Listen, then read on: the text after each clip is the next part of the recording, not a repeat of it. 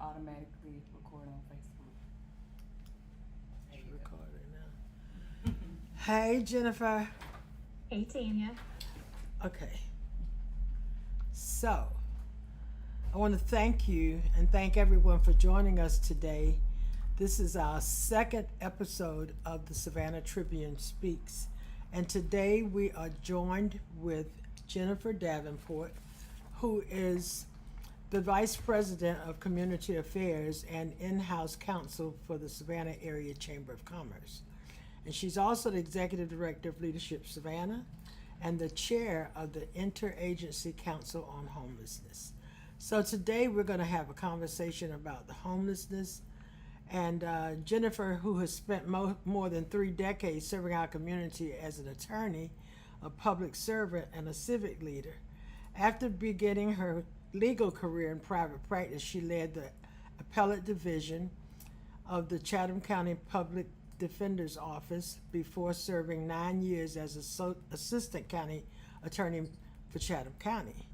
Today, she brings together government, nonprofits, healthcare providers, businesses, law enforcement, and community partners to tackle some of the Savannah's most complex challenges, including homelessness. So welcome, Jennifer. We are so excited to have you. Just thank you for joining us. We're excited to talk with you about the homelessness in Savannah and how our community is responding and how all of us can be part of the solution. So we'll start with a few questions. Of course, understanding homelessness in Savannah is our conversation today. And Jennifer, you've had a successful career in law, public service, and community leadership. So what drew you personally to homelessness work, and why has it become such an important part of your public service? So, Tanya, when I was 16 years old, I had the opportunity to visit Washington, D.C. for the first time as a high school student.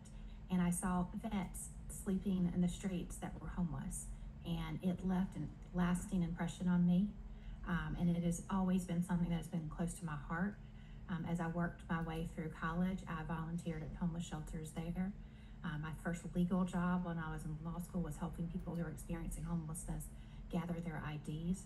And so I've come to appreciate not only is this a moral imperative, but it's incredibly important for our business community and for the health of our society.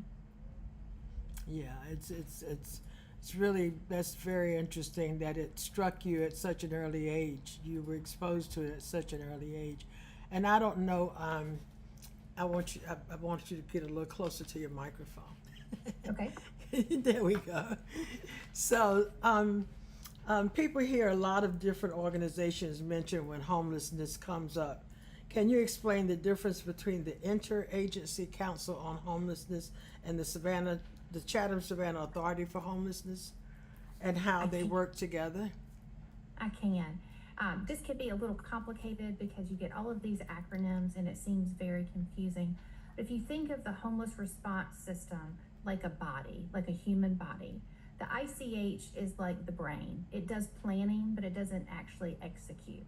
And the Homeless Authority is like the central nervous system. It's your whole entire spine. And it's taking in information and it's shooting it out to all of those organs. And the organs are all of the service providers that we know. That's Union Mission, that's Salvation Army, that's Inner City Night Shelter, Park Place, Family Promise. The list goes on and on in this community for our organizations that are there to help. And so the Interagency Council on Homelessness really concentrates on data, making sure the data is good, and then advising policy based upon that data so that we know where we want to go. Yeah, that's a good partnership there. So Savannah has nationally recognized strategic plan to address homelessness. So why was it created, and how was it developed, and why is having a community-wide plan so important? It is incredibly important that we have a community-wide plan. So back in 2023, the city of Savannah really started this push to create the ICH. And once it was created, we knew exactly where we wanted to go. We knew what our community's vision was, and that was to make homelessness rare, brief, and non-recurring. And knowing that, we knew we had to build a map to get us there. And so we spent more than a year, 14 months, engaged in deep conversations throughout our community with business leaders, with people experiencing homeless, with people who are providing services to those who are most impacted within our governments, to come up with a strategic plan. Our strategic plan is now about 18 months old.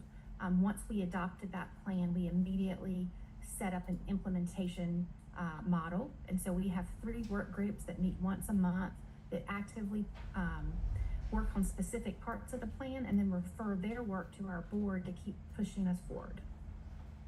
So how's it going? It's going really good. It really is. We've got a lot of work to do. We should be so proud as a community of the work that we've done. Yeah. And how does that, some people say that you have people that really want to be unhoused. Is that correct? I mean, is that so, or can we say that there has been some issues early on that brought them to the homelessness? So everyone who's experiencing homelessness, just like those of us who have a roof, have a right to self-determine what they want to do, right? And I say this because, can you imagine if you've lost your house? Maybe you had a medical bill and now you've lost your house, right? And you're feeling really displaced. You're not connected to your community. The only thing you've got left is your dog. Are you going to give up the only emotional support you have in order to go into a shelter?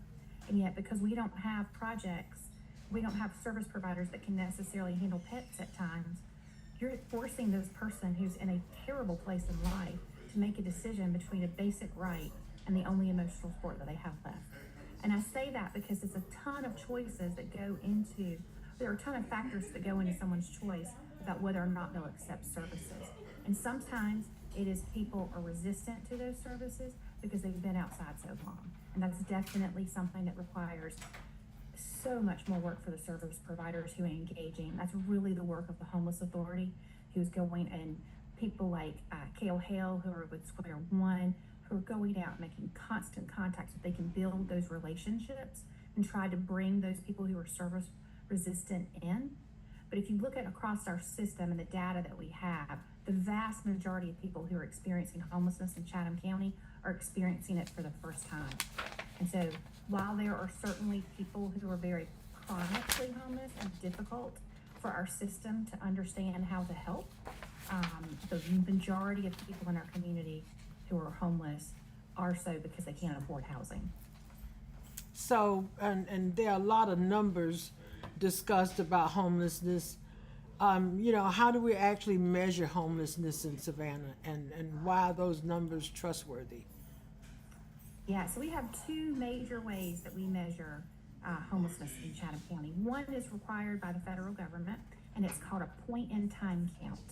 And so the last week of January of every year, the federal government through HUD requires that every community conduct a count. And so we have volunteers, we're trained, and they go out into the community and they physically make contact with everyone who does not have a place to stay, and they interview them.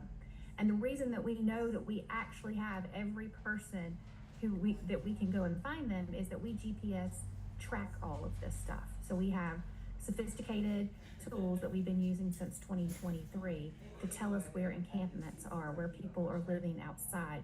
So on the night that we go to do this count, we know where to go. And so that's one way, and that's just like a Polaroid. That's a snapshot in time of what's going on. But then all year long, we have data that's called the Homeless Management Information System, HMIS, that tracks everything. It tracks every time someone gets a meal from a Emmaus house, every time somebody gets a shower from the Homeless Authority, every time someone uses the Resource Center for Union Mission. It gets all of those touches. And so when you look at all of that data, you're getting more like a video because you can see the whole year and what's going on. And so you can trust the numbers because you have them in 2 separate ways, and you can trust them because they are so baked into the response system that we have that we know that they're accurate. So, we see people standing on the corners holding signs saying homelessness and want you to donate. Are those people a part of your system as well? Most of those people are not homeless. And there's a big difference between people panhandling and panhandlers and homeless. Are there some people who are homeless that are panhandlers? Sure. But the vast majority of the people that you see on those intersections, especially, I'll give you shout outs to there's a whole crew that are on the corner of Victory and Skidway. And you can watch them take shifts all day long there. They're not homeless. This is their employment that they've chosen. And so again, when you look at the overall system and who it's helping, the vast majority of people who touch our system are employed. Most of them have more than one job. They're trying very hard. They simply can't afford the housing that's in our community.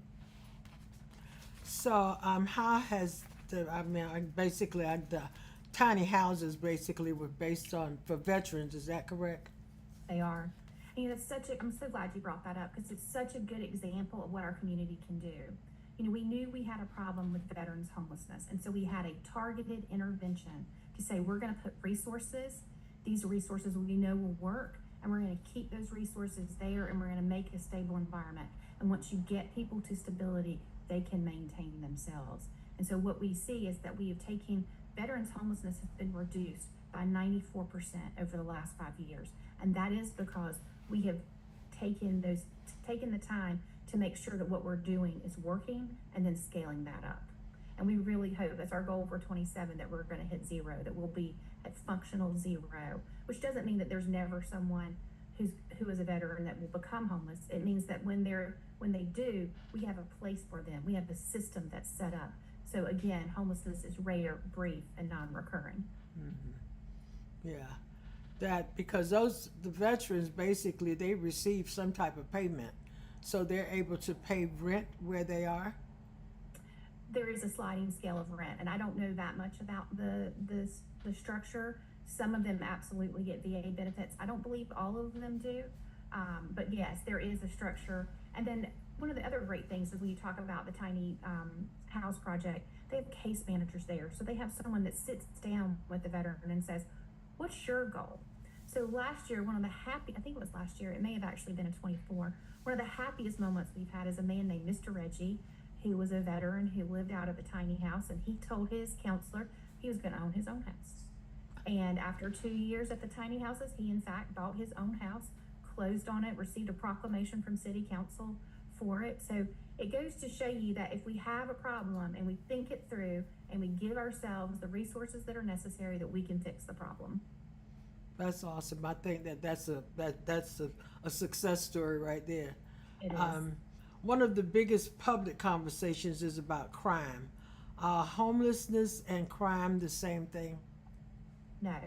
And I think that this is where so much of the conversation on the national level shifts, and people, just like we just talked about panhandling, they start interchanging these words, right? So if someone commits a crime, then they should go to jail. If someone is homeless, they should not be penalized for that, right? And I think that we as a society have to accept that both of those things are true and not mutually exclusive. And so here in Savannah, I know there was a lot of talk, the ICH supported the enactment of several things in a row. So we had an encampment removal policy first, which would allow a policy that would go in and how you humanely remove these camps so that it's safe for the government officials that are doing it, and it's also safe for the person that's in the encampment. And then adoption of the strategic plan, and then enforcement of an urban camping ordinance. And I know you know, Tanya, because you voted for it at the county, that this was very important because it's really necessary to have a way to say, hey, you can't just say I'm homeless, therefore I can do whatever I want. And we as a community can't protect our public spaces. Because those spaces are for everyone. They're for the people who work here, they're the people who live here, and the people who visit. And so we wanted to make sure that they stay clean. And so I think the more that we can begin to talk about crime for what it is, which is crime, and not for homeless, we can really focus on the fact that most people experiencing homelessness are doing so because they can't afford housing, and they're being affected by this for the first time. And the good news about that is crime's hard to prevent, and I admire Jeff Hadley and Lenny Gunther so very much, and they have a difficult job. Homelessness, we can prevent. We can do this, and if you prevent homelessness, then you're preventing a cycle that ultimately can end in crime. And so we're helping out when we prevent people from becoming homeless, we're preventing that crime cycle too. That's awesome. That's awesome because, we've had the encampments throughout our community, And basically, I've seen it, and I've seen how they have been approached by the police officers. And I guess there is a method that they have designed that will help them to move along. The county and the city have been great partners in this. The ICH actually holds a bi-monthly meeting called our Justice Partners meeting. We are so blessed that both the county manager and the city managers themselves come to these meetings. We try to bring in the sheriff's office, the district attorney's office, the business community, and a couple of our largest providers to sit down and talk about how the justice system impacts the homeless response system and vice versa. Because if we can figure this out, this is one of the more complicated areas within the homeless sector. And so we're working diligently, but I'm very proud of our government partners who come to the table willing. That's great. The Savannah Area Chamber of Commerce has become increasingly involved in the homelessness issues.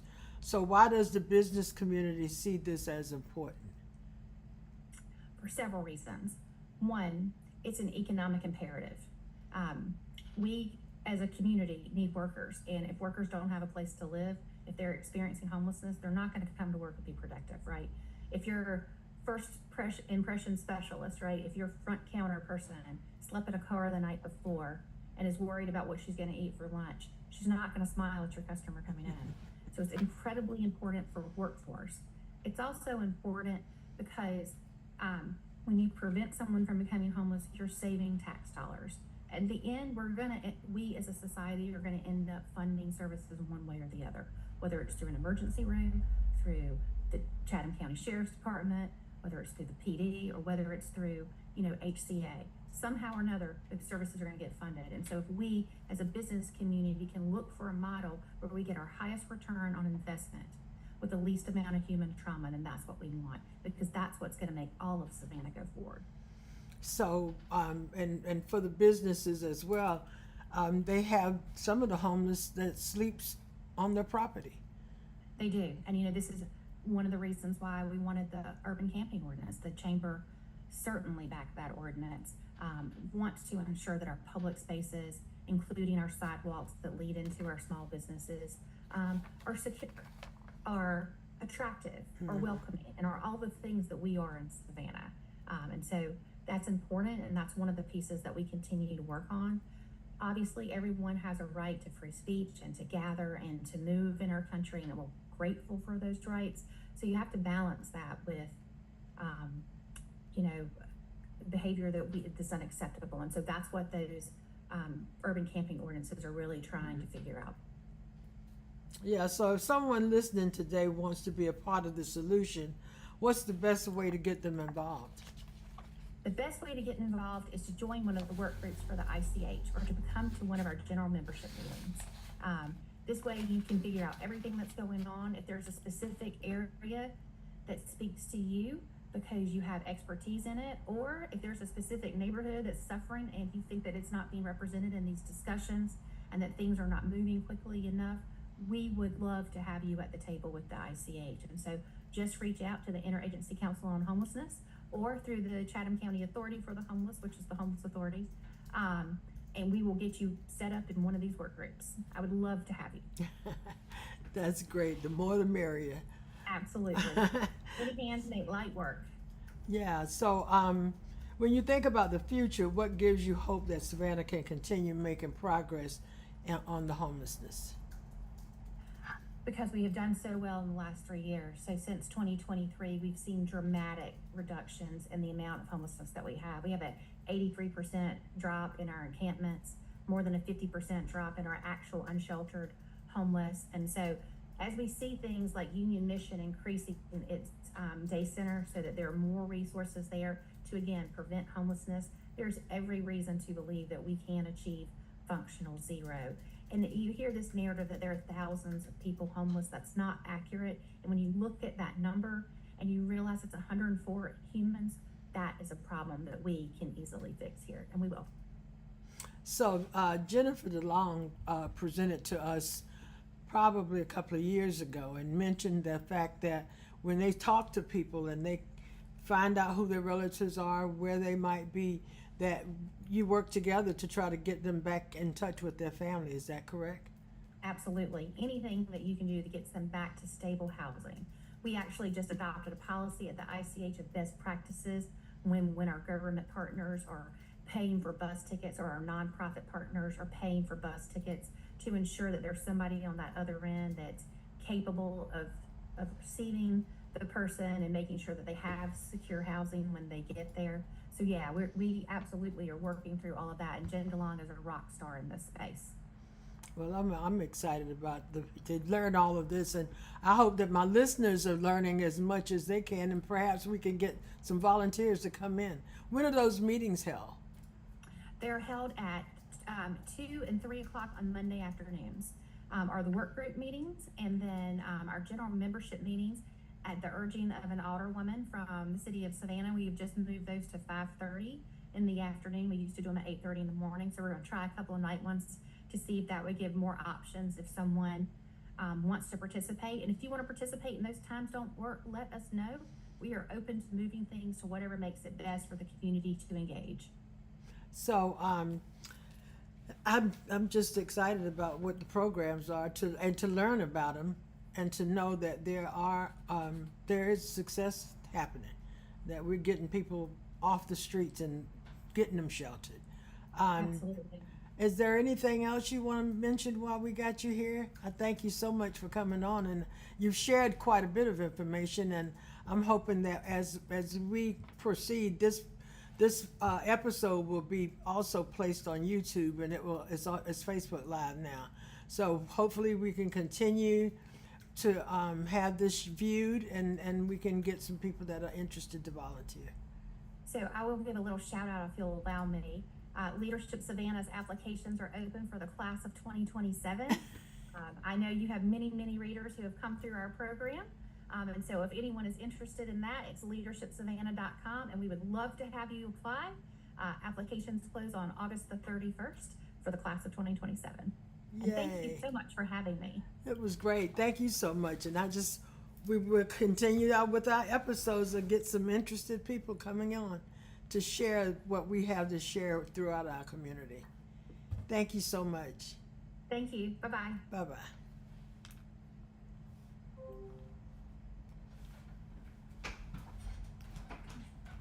Okay.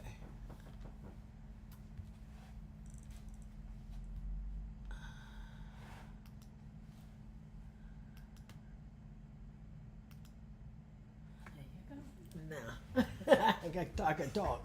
I started talking before on the other one. Yeah. So we had one person on YouTube and about 6 on Facebook. Marjorie made a bunch of comments. Really? She said the downtown Rotary has a talk on Monday about housing and homelessness. A couple people said good job. Thank you for the information. All right. That's on Facebook? Mm-hmm.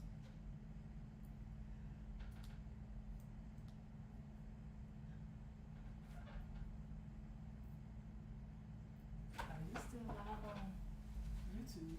Stop streaming